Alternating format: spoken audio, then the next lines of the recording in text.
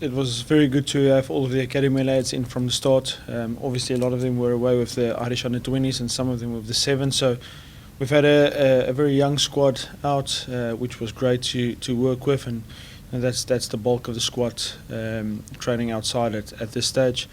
Great to have Nick in. His excitement and his work ethic is brilliant. He came in on the first day and ran of the best all-time 1Ks.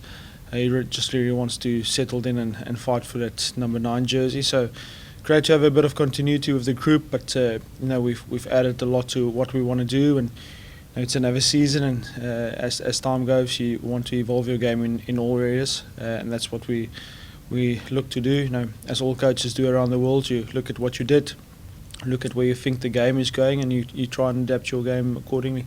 There's, like all pre-seasons and off-seasons, quite a few guys that needed to go into the pit stop and get a few things changed, and quite a few guys with small little things. Then also the pre-season takes its toll because it's tough day in and day out.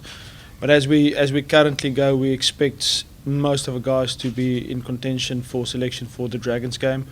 Guys like Brian Scott, Connor Oliver, Alex Wooten, Kieran Parker, guys that have been out for quite a while, hope to be back. And then we've got a few niggles that averages from a day to a week to 3 or 4 weeks. But as things stand now, with the guys we've got available, close to the whole squad will be available for selection come the Dragons. We've been in constant conversation with Joe and with David regarding Rugby World Cup cover. So we're looking at 1 or 2 possibilities.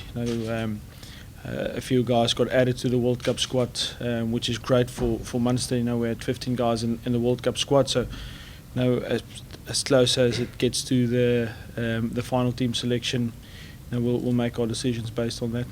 How did it happen? Johann gave me a call actually, going back maybe 2.5, 3 months now,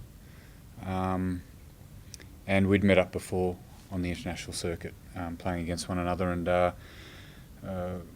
he said how interested he was in interviewing me and seeing whether I'd be right for the role. And it's an amazing club. It's well known around the world. The supporter base, they're fanatics, and it's amazing what they bring to the game. And then I came over 8 weeks ago after talking to Johann and had a bit of a look around, and brand new HPC. Really good roster, so it was a no-brainer. There's so many positives for coming over here. As a coach from the Southern Hemisphere, I guess there's always that lure and challenge of the European competition, and I knew I needed to get over here at some stage, and a great opportunity here. No, I still enjoy running around. Actually thought, how am I going to get some rugby in over here? When I first start up, the first week has been hectic.